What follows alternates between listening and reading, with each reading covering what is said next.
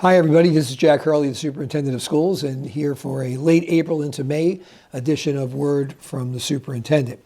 We're at that time of year, going into the last quarter of the school year, where lots and lots of things are happening. And let's start with some of the things that aren't happening in school, the various breaks we have coming up. Depending on when you watch this, school is closed for spring break. We're off Friday, April 18th in observance of Good Friday, and then we're off the week of April 21st through the 25th. School is closed for a spring recess. You know, while school is closed, there's still activities going on in and around the school. Our athletic program at the high school will be going on, and there'll be the offices and the buildings are open, and our custodial and maintenance teams will be in doing some spring cleaning. So it's still an active place during that week. You should have received notification via an email or email blast, I believe, that because we did not use all of our snow days this year, we will be closed on Friday, May 23rd, which makes it a little longer Memorial Day weekend.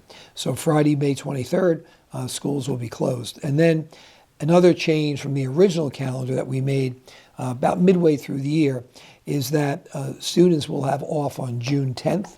That is primary day, and we like to have our schools closed if we can when there's an election going on, and that's a professional workshop development day for our teachers and staff. So once again, all of this is on our website, all of it's on our calendar, but that date of June 10th, just so you know, was changed. Originally it was June 3rd, but the state moved the primary date. As I mentioned, the month of May and June are very busy months in and around the school. There are art shows throughout the district, concerts throughout the district. Pierpont has their play. They're the last of the schools to put on their school play. There are numerous award ceremonies. There's our athletic program is in full swing. So the best thing to do is to check the calendars that are on our website to keep abreast with what's going on and look for information coming home from your schools. And certainly if your children are involved in these activities, you're aware of when the dates are.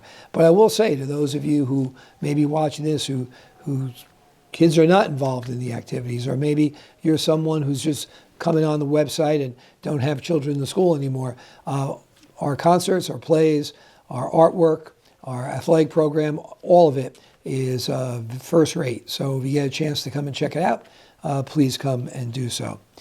Also, excuse me, in the end of April into May, we'll be honoring some of our faculty and staff.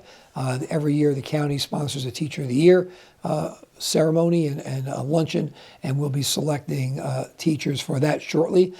This year we had a larger number of nominations from the school community outside of the school, parents and members of the community, and we appreciate those nominations and help us select the teachers and professional of the year. On a non-celebratory side, but an important side, April into May is also testing time, where state testing is taking place, grades 3 through the high school, grades 9 and 10. We also have our AP test, or advanced placement test, coming up in May. So again, test schedules are distributed from each of the buildings. You can also find information on the website. These tests are very important. They're important to your child. They're important to the district. So again, we ask your cooperation in making sure that our students are prepared for the test with a good rest, a good breakfast the day of the test, and come in with the proper attitude to do the best they can for themselves on these state and national assessments that we'll be taking. Sometime towards the end of the month of April, we'll have our third of 4 internal newsletters going out.